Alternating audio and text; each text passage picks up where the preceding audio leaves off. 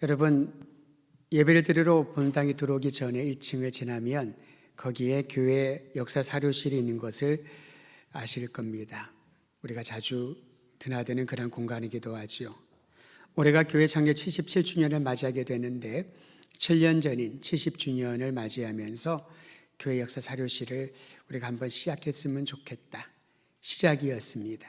완성된 그러한 사료실이 아니라 우리의 역사를 돌아보면서 앞으로 나아갈 교회의 올바른 방향을 주님의 손에 이끌림을 받아야 되겠다는 마음으로 역사 사료실을 전시해 놓았죠. 준비를 하면서 그래도 벽면에 사료실의 어떤 의미를 담은 문구를 좀 새기면 좋겠다라는 그런 얘기들이 있어서 준비위원들과 또 장로님들 같이 의논하고 기도하면서 의논을 했습니다. 그리고 두 가지 문구가 떠올랐습니다. 하나는 우리 교회가 걸어온 길이고 다른 하나는 에베네셀 하나님이란 두 문구입니다. 특히 우리 교회가 걸어온 길이라고 하는 이 말은 과거를 거슬러 올라가 발자취를 살핀다라는 그런 뜻이 있지요. 그런데 우리가 과거를 되돌아볼 때마다 느껴지는 일반적인 감정이 있습니다. 여러 가지 감정이 있겠습니다만 그 중에 가장 대표 감정이 있다면 그때가 참 좋았는데, 그때는 이랬었는데, 그런 생각을 하게 되죠.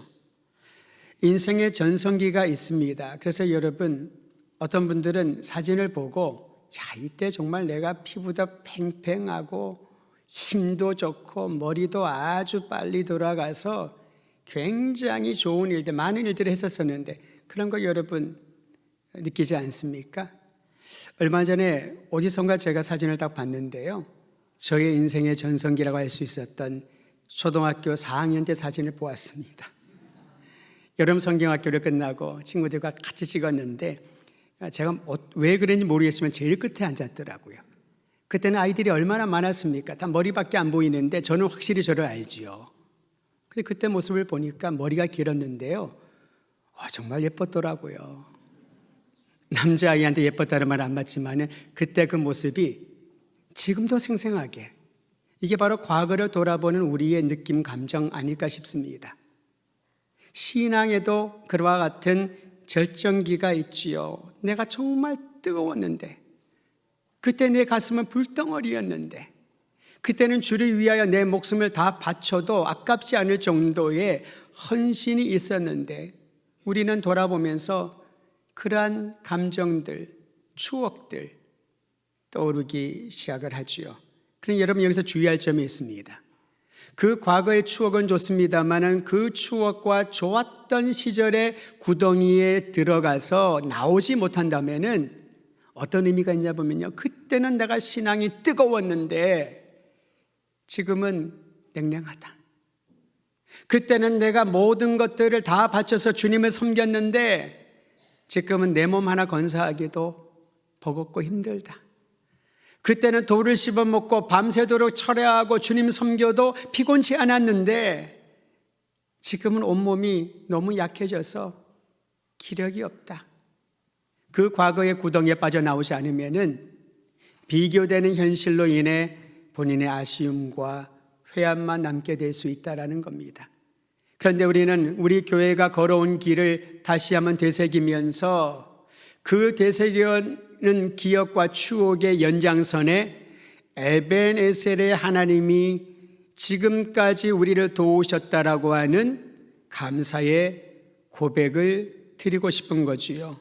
여러분 한번 따라하시길 바랍니다. 하나님께서 여기까지 우리를 도우셨다. 이게 에벤에셀의 뜻 아니겠습니까?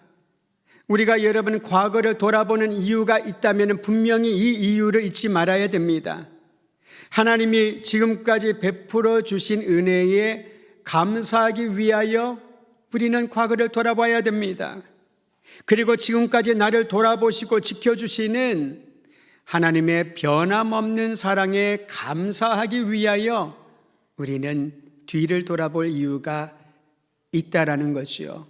저는 의지적으로 우리가 그 말을 바꾸었으면 좋겠습니다. 그때는 좋았는데, 그때는 굉장했는데, 그게 아니라 그때 그 좋았던 그 영적인 경험과 내 신앙의 전성기, 내 인생의 전성기가 여전히 지금까지 주의 돌보심으로 에베네셀의 하나님의 손길로 이어지고 있으니 참 감사합니다. 그런 신앙의 고백이 이어져야 된다라는 겁니다. 오늘 읽은 시편 103편 말씀을 보면요, 하나님의 은혜에 대한 감사와 굳건한 믿음을 보여주고 있습니다. 하나님의 은혜에 대한 감사는 어디에서 시작을 할까요? 자각하는 신앙에서 출발을 합니다. 과거가 아니라 지금 내가 느끼고 경험하고 그리고 내가 기대하는 그러한 스스로 깨닫게 되는 그러한 은혜가, 감사가 있어야 된다는 거죠. 우리 함께 시편 103편 1절 큰 소리로 읽습니다. 시작. 내 영혼아 여호와를 송축하라. 내 속에 있는 것들아 다 그의 거룩한 이름을 송축하라. 아멘. 다윗의 시라고 알려져 있는 시편 103편은요, 시편 기자가 이렇게 선언합니다. 자기 자신에게 말을 하는 거죠. 내 영혼아 여호와를 송축하라. 내 속에 있는 것들아 그 거룩한 이름을 송축하라. 하나님이 나를 위하여, 우리 교회와 우리 민족을 위하여 행하신 위대한 일을 날마다 스스로 깨우치라는 겁니다. 그래야지만 전심으로 주님을 송축하고 찬양하며 감사가 되는 거지요. 언제까지 다른 사람에게 행하신 하나님의 일에 그 얘기를 들으면서 정말 하나님 좋으신 분이구나, 하나님 정말 살아계시구나, 그렇게 느끼냐는 거지요. 내가 직접 느끼고 내가 직접 경험하고 내가 직접 깨달은 하나님의 사랑과 은혜가 있어야지만 자발적인 섬김과 찬양이 이어진다는 겁니다. 여러분, 청소년들의 특징 중에 하나는 자기가 하고 싶은 것만 하잖아요. 뭐 이거 해라 저거 해라 굉장히 귀찮아하고요, 듣기 싫어합니다. 좋은 말도 그때는 잘 안 들려요. 그래서 요즘 애들만 그런가 했더니 저도 생각해 봤더니 저희 10대 때도 그랬던 것 같아요. 겉으로는 말 잘 듣는 것처럼 보이지만 속으로는 거의 오른쪽에서 왼쪽으로 통과하지 않습니까? 내가 하고 싶은 것, 내가 좋아하는 것, 그것만 하고 싶어 하지요. 아이들에게 예배를 드려라, 주님을 사랑하라, 말씀을 사모하라, 지금도 마찬가지입니다. 아무리 듣고 수많은 설교를 듣고 오랜 시간 동안 성경을 읽어도 내 안에 하나님의 사랑이 느껴지고 경험되고 하나님의 놀라운 말씀의 도가 내 심령을 깨우치는 능력을 우리가 경험하지 못한다면 억지로는 하겠지요. 사람들의 눈을 때문에 어느 정도 신용을 내겠지요. 그러나 자발적인 섬김과 주님의 말씀에 대한 헌신은 일어나기 어렵다라는 것입니다. 그러므로 오늘 시편 기자는 자각하라, 너 스스로를 깨우치라. 네가 경험한, 네가 지금 느끼고 있는 하나님의 사랑으로 인하여 전심으로 주님을 송축할지어다. 저는 이러한 자각하는 신앙이 우리 모든 성도들의 삶에 날마다 일어나기를 주의 이름으로 축원드립니다. 내 마음이 흐릿하고 슬프고 낙심되고 게으르고 자발적인 것들이 없다고 느껴졌을 때, 느슨해져 있을 때에 오늘 시편 103편 1절을 기억하십시오. 내 영혼아 하나님을 찬양하라. 내 속에 있는 모든 것들아 거룩하신 주의 이름을 송축할지어다. 자기가 자신에게 일깨워줘야 된다라는 것입니다. 시편 103편 2절도 제가 읽어드립니다. 내 영혼아 여호와를 송축하며 그의 모든 은택을 잊지 말지어다. 하나님의 사랑과 그 놀라운 능력을 경험하고 스스로 자발적으로 찬양하며 나가는 이들은 하나님이 베풀어 주신 모든 은혜를 잊지 않고 기억하게 될 것입니다. 여러분, 여러분의 생명에 은인과 같은 존재가 있습니까? 가장 힘들고 어려웠을 때에 아무도 눈길 하나 주지 않을 때 여러분을 도와준 그런 사람이 있습니까? 그 은혜를 우리는 잊지 못하잖아요. 어떻게 하면 갚을 수 있을까? 어떻게 하면 나에게 호의를 베풀어 주신 그 사랑에 보답할 수 있을까? 그런 생각을 하지 않습니까? 그런데 우리는 하나님이 베풀어 주신 은택을 너무 자주 잊어버린 것 같습니다. 날 구원하시기 위하여 독생자의 생명까지 내어주신 십자가의 그 사랑을요, 나에게 하나님의 자녀로 살기 위하여 매 순간마다 깨닫게 하시고 성령으로 충만케 하시는 하나님의 그 은혜를 잊고 살 때가 얼마나 많이 있냐는 것이지요. 저는 우리 모든 더드림교회 성도들이 오늘 시편 기자가 고백하며 선언했던 것처럼 내 영혼아 하나님이 베풀어 주신 은택을 잊지 말지어다 라고 선포하며 그 은혜의 아름다움을 맛보기를 주의 이름으로 축원드립니다.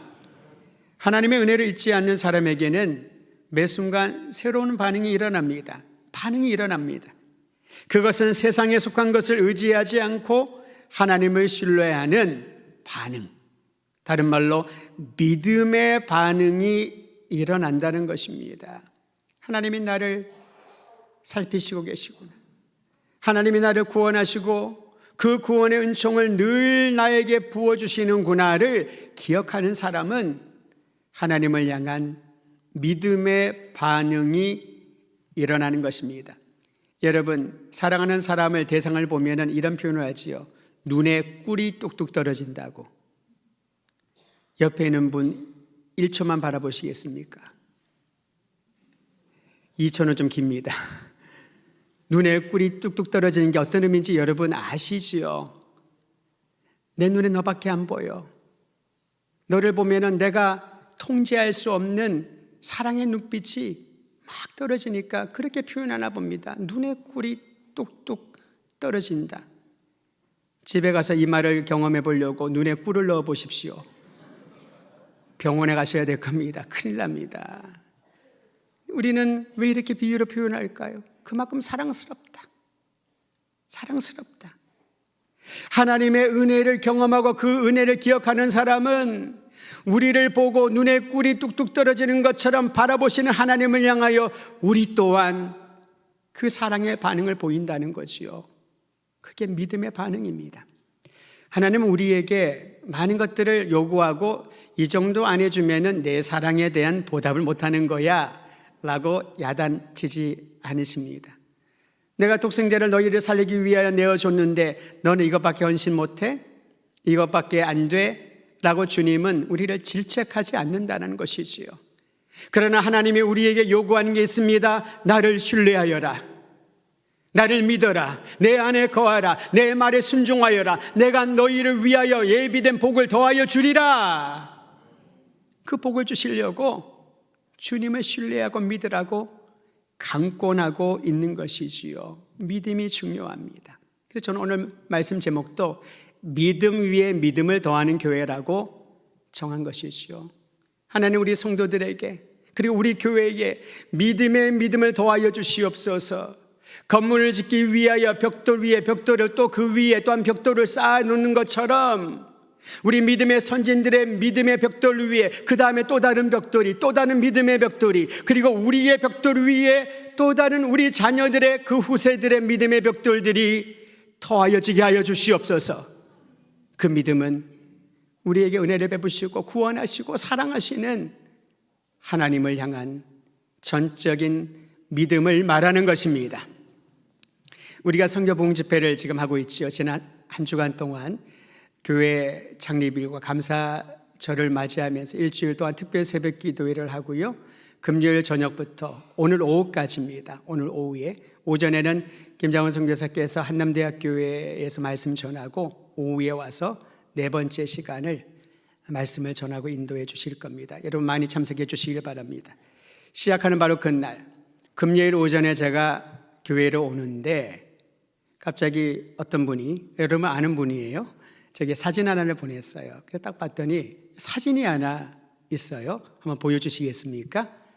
네, 이런 사진이에요.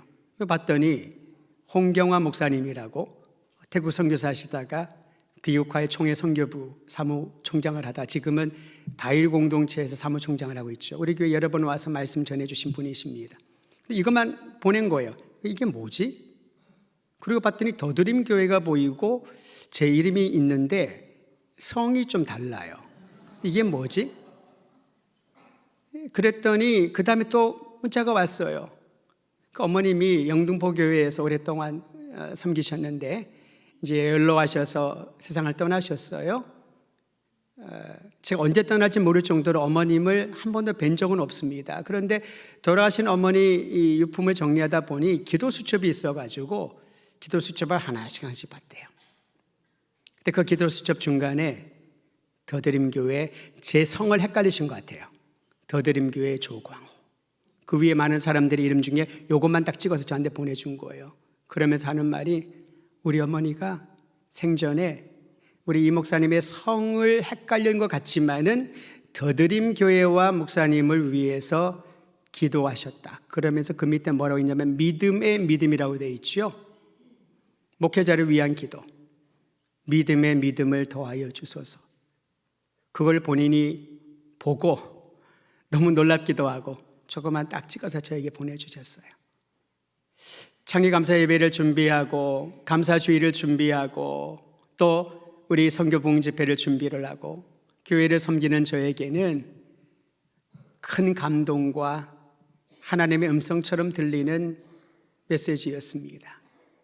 그렇지, 교회가 하나님을 향한 믿음 위에 믿음이 세워져야지, 목회자가 하나님을 향한 믿음과 그 믿음으로 나아가야지, 우리의 생각과 수많은 계획과 다양한 효율적 있는 방식들이 오히려 믿음 위에 믿음을 세우는 이 아름다운 역사를 흐트러 버릴 수 있겠구나. 그래서 믿음 위에 믿음을 더하여 주소서 라는 말씀을 전하겠다는 확신을 그날 아침에 갖게 되었습니다. 그리고 우리 선교봉 집회 김정원 선교사님의 사역을 쭉 얘기를 하면서 중간에 고비들이 얼마나 많았는지 알으신 분들은 모르시겠지요. 오늘 오후에 꼭 오셔야 됩니다.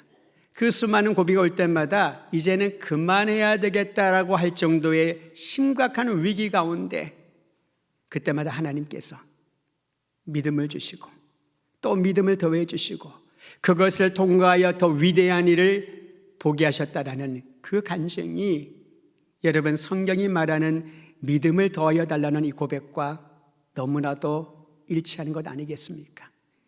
저는 그 말을 듣고 기도를 시작을 합니다. 교회를 위한 기도를 시작을 하면서 누가복음 17장에 있는 말씀이 문득 떠올랐습니다.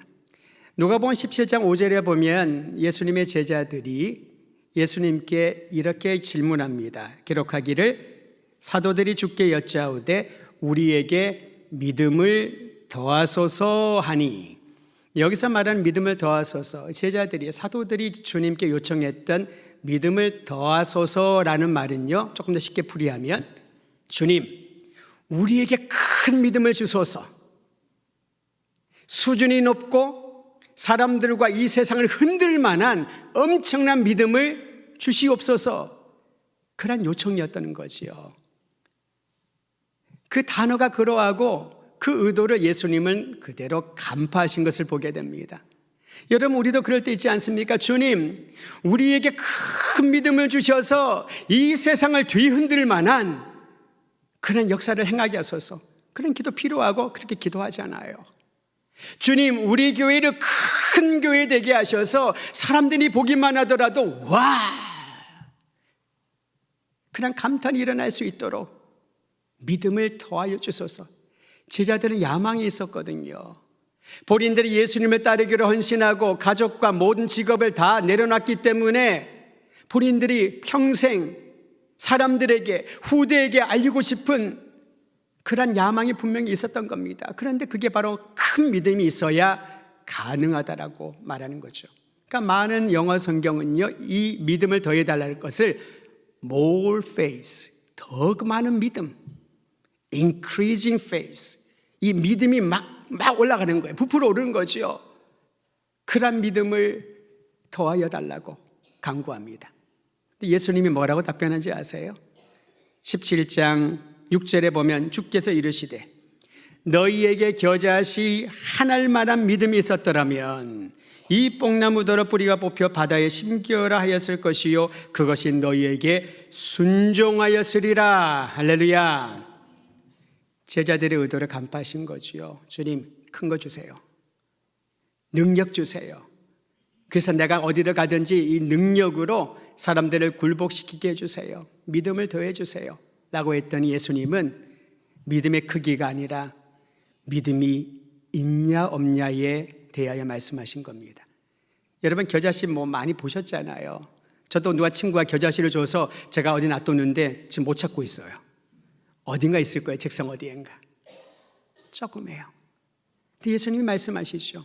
너희가 큰 믿음을 원하느냐? 믿음의 분량을 요구하느냐? 내가 너에게 이르노니 겨자씨만한 이 작은 믿음만 있어도 뽕나무가 뿌리째 뽑혀 바다에 심기운다. 이건 말이 안 되잖아요. 옆에 심기는 것, 다른 산에 심기는 것은 좀 힘이 들어도 가능하겠지만 이 겨자씨만한 작은 믿음만 있으면 뽕나무가 뿌리째 뽑혀 완전 이장을 하는 거죠. 바다에 심기워지라 하더라도 그렇게 될 것이다. 불가능을 가능하게 할 것이다. 믿음이 있냐 없냐가 중요하다. 오늘 주님의 말씀을 따라 우리에게 질문하는 것을 들으시길 바랍니다. 사랑하는 누구누구야, 사랑하는 도드림교회 공동체야, 너희가 겨자씨만한 작은 믿음이라도 지금 가지고 있느냐? 우리는 믿음 없는 얘기를 할 때가 너무 많이 있습니다. 때로는 겸손의 미양이라고 생각하는 것 같아요. 저는 부족해서, 저는 자신이 없어서, 언젠가 되겠지요. 믿음이 없는 말이지요. 겨자씨만한 믿음은 뭘 말합니까? 주님이 움직이시면 불가능도 가능하게 될 줄 믿나이다. 주님이 역사하시면 저 돌덩이 같은 복음을 거부한 저 사람도 예수의 복음으로 녹아지고 그 돌문이 열릴 줄 믿습니다. 우리 민족을 긍휼히 여기시는 주님, 우리가 간절히 원하며 소원하며 믿음이 있사오니 이 땅을 거룩한 나라, 주의 평강이 충만한 나라가 될 줄 믿습니다. 이 겨자씨만한 한 믿음이 우리에게 더해져야 된다는 것입니다. 갓뿌리는 내린 연약해 보이는 믿음이어도 영적 양분인 은혜가 지속적으로 임하면 자라나게 될 것입니다.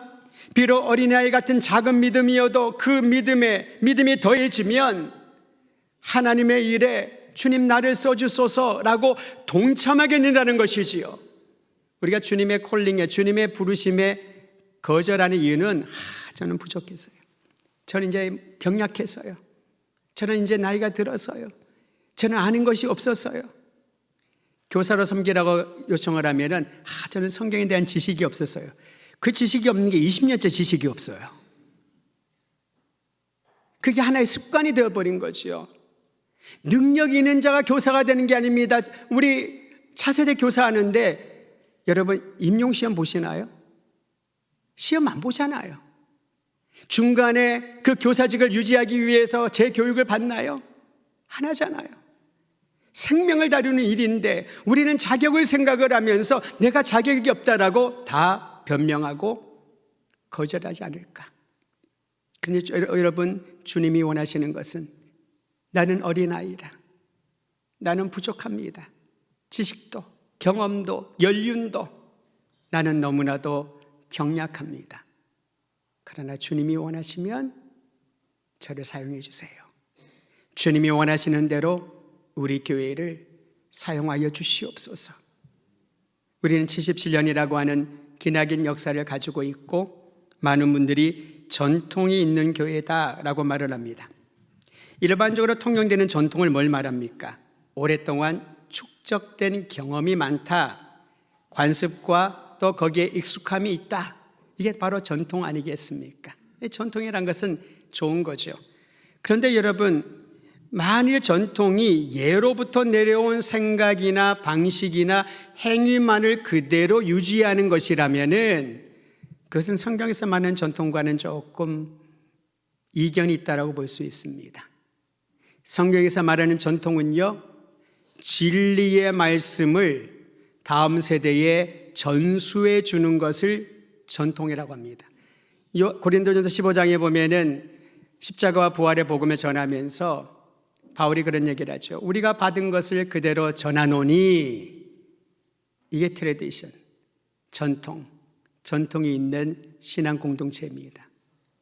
내가 받은 것, 하나님의 구속의 은혜, 내가 받은 것, 나를 사랑하시는 주의 극진한 사랑, 내가 받은 것, 죽어가는 나를 살리신 생명의 은혜, 이것을 그대로 전수하고 그 다음 세대까지 오직 예수 그리스도의 십자가와 부활의 복음 이외에는 구원의 길이 없다라는 이 사실을 믿음으로 또 믿음으로 더해가는 것이 성경에서 우리에게 가져야 될 전통인 것입니다.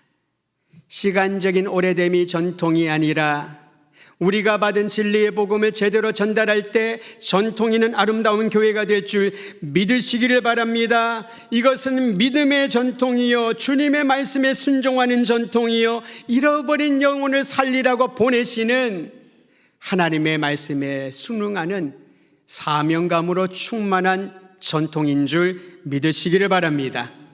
그러므로 저는 우리 교회가 믿음 위에 믿음이 더해져서 하나님을 기쁘시게 하는 진정한 전통 있는 아름다운 생명을 전수하는 공동체가 되기를 간절히 소망합니다.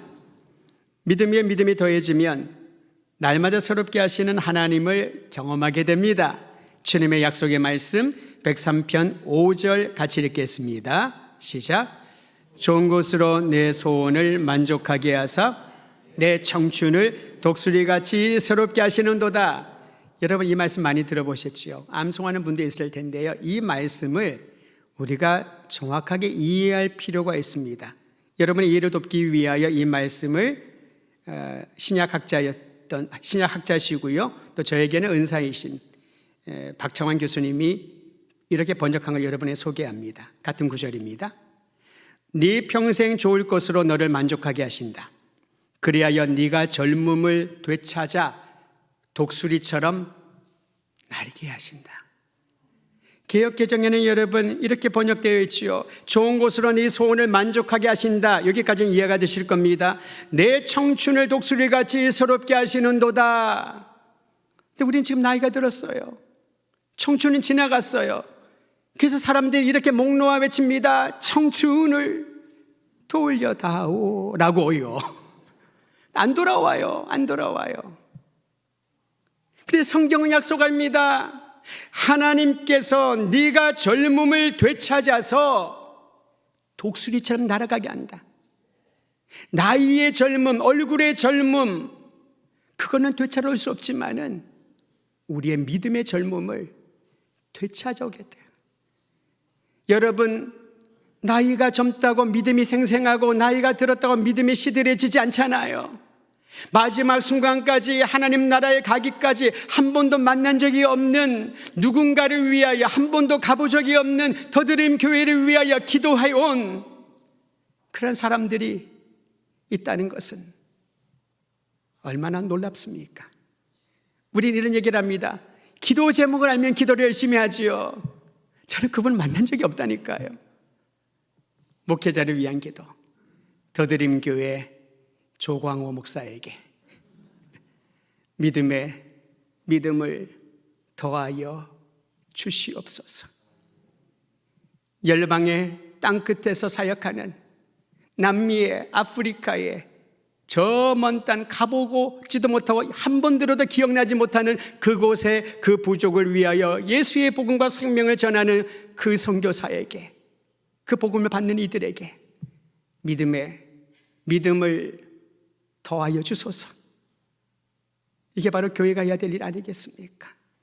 교회가 기도하며 교회가 깨어있고 교회가 주님의 뜻을 따라 살아갈 때 그 믿음은 하나님을 기쁘시게 하는 믿음인 줄 믿으시기를 바랍니다. 그래서 히브리서 기자는 이렇게 고백합니다. 믿음으로, 한번 따라하시죠. 믿음이 없이는 하나님을 기쁘시게 하지 못한다. 하나님을 기쁘시게 하는 믿음을 갖게 되기를 간절히 소망합니다. 하나님을 영원롭게 하는 믿음이 우리 교회 성도들을 통하여 나타나기를 간절히 소망합니다. 어떤 분들은 육신이 병들고 약하다고 몸과 마음과 미래를 포기하는 경우들이 있습니다. 나이가 들어 예전 같지 않다고 자꾸 물러나기도 합니다. 아무 걱정 없이 소소한 일을 즐거워하며 그저 맛난 음식 먹고 좋은 곳 여행하면서 남은 생애를 한번 보내보자 라고 하는 말을 할 수도 있을 것입니다. 그런데 저는 오늘 이 시간에 도전합니다. 그런 생각은 우리의 하나님이 기뻐하시는 그 반대의 방향으로 간다는 거지요. 내가 너희의 청춘을 돌려주겠다. 네 젊음을 되찾아주겠다. 너에게 독수리처럼 날아가는 비상하는 그러한 경험을 하게 하겠다. 우리 교회가 앞으로 다가오는 100년을 바라보며 주님 오시는 그날까지 매 순간 매 순간 성도들에게 젊음을 되찾아주시고 우리에게 큰 은혜를 더하여 주사 하나님 한 분만을 기쁘시게 하는 아름다운 교회, 주님을 영화롭게 하는 거룩한 교회, 믿음의 성도들 되기를 주의 이름으로 축원드립니다.